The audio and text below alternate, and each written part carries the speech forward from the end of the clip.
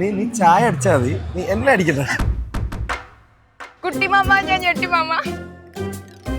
ചില സിനിമാ ഡയലോഗുകൾ നമ്മുടെ ജീവിതത്തിൽ നമ്മൾ കടമെടുക്കാറുണ്ട്. ഈ IFFK 30ാമത്തെ വേദിയിൽ വന്ന് നിൽക്കുമ്പോൾ ഒരുപാട് ഒരു സിനിമ കാണാൻ വേണ്ടിയിട്ടും ഇത് എൻജോയ് ചെയ്യാൻ വേണ്ടിയിട്ടൊക്കെ വരുന്നുണ്ട്. അവിടെ നമുക്ക് ചോദിച്ചു നോക്കിയാലോ അവരുടെ എക്സ്പീരിയൻസ് എങ്ങനെയാണ്, കടം എടുത്തിട്ടുണ്ടോ സിനിമയിൽ നിന്ന് ആ ഡയലോഗ്? പക്ഷെ നിങ്ങളിപ്പോൾ വന്ന് ചോദിച്ചപ്പോൾ എൻ്റെ മനസ്സിൽ ഉള്ള ഒരു ഫീലിംഗ് ഞാൻ പറയാം.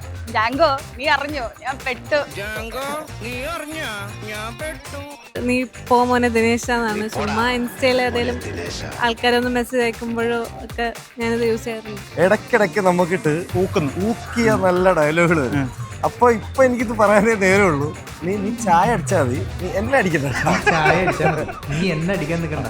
ഞാനേ കണ്ടുള്ളൂ, ഞാൻ മാത്രമേ കണ്ടുള്ള ഡയലോഗ് നന്ദന സിനിമയിൽ. അത് ഫ്രണ്ട്സ് എന്തെങ്കിലും അബദ്ധവശം എന്തെങ്കിലും ചെയ്യുവാണെങ്കിൽ നമ്മൾ യൂഷ്വലി എപ്പോഴും യൂസ് ചെയ്യാറുണ്ട്. ഒരു കാര്യം നമ്മൾ 2 പ്രാവശ്യം പറയുമ്പോഴും കേട്ടില്ലെങ്കിൽ 3ാമത്തെ പ്രാവശ്യം ഞാൻ ഇങ്ങനെ പറയും, കമ്പിളി പുറപ്പേ കമ്പിളി പുറപ്പേ. വടിവേലുവിൻ്റെ ഒരു സിനിമയിലെ ഡയലോഗാ, റസ്ക് സാപ്പിട്ര മാതിരി എന്ന് പറഞ്ഞൊരു ഡയലോഗാണ്. നമ്മളെന്തെങ്കിലും വെല്ലുവിളിയായിട്ടുള്ളൊരു സാധനം വരുമ്പോൾ കോൺഫിഡൻസ് കൊടുക്കാൻ വേണ്ടി പറയുന്നൊരു ഡയലോഗാണ്. വിക്രത്തില് കമൽ സാറ് പറയുന്നൊരു ഡയലോഗാണ്, എന്താ മാറി നേരത്തിലെ വീരങ്ങളെല്ലാം അടിക്കടി സോൾഡർ വാർത്തന്നെ അത്രയും. ഇതൊക്കെ തന്നെ ഒരു പടം പ്രൊഡ്യൂസ് ചെയ്തു, അഭിനയിച്ചു. ഇപ്പോൾ പല ചാലഞ്ച് ഉണ്ടായിരുന്നു. ഞാൻ കൂടെ പറയാറുള്ള ഒരു ഡയലോഗായിരുന്നു ഇത്.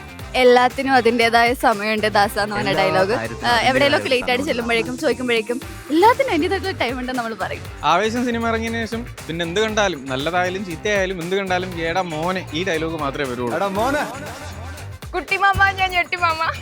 സിറ്റുവേഷൻ എന്ന് പറഞ്ഞാൽ ഇപ്പൊ ചോദിച്ചപ്പോ എനിക്കത് തോന്നി.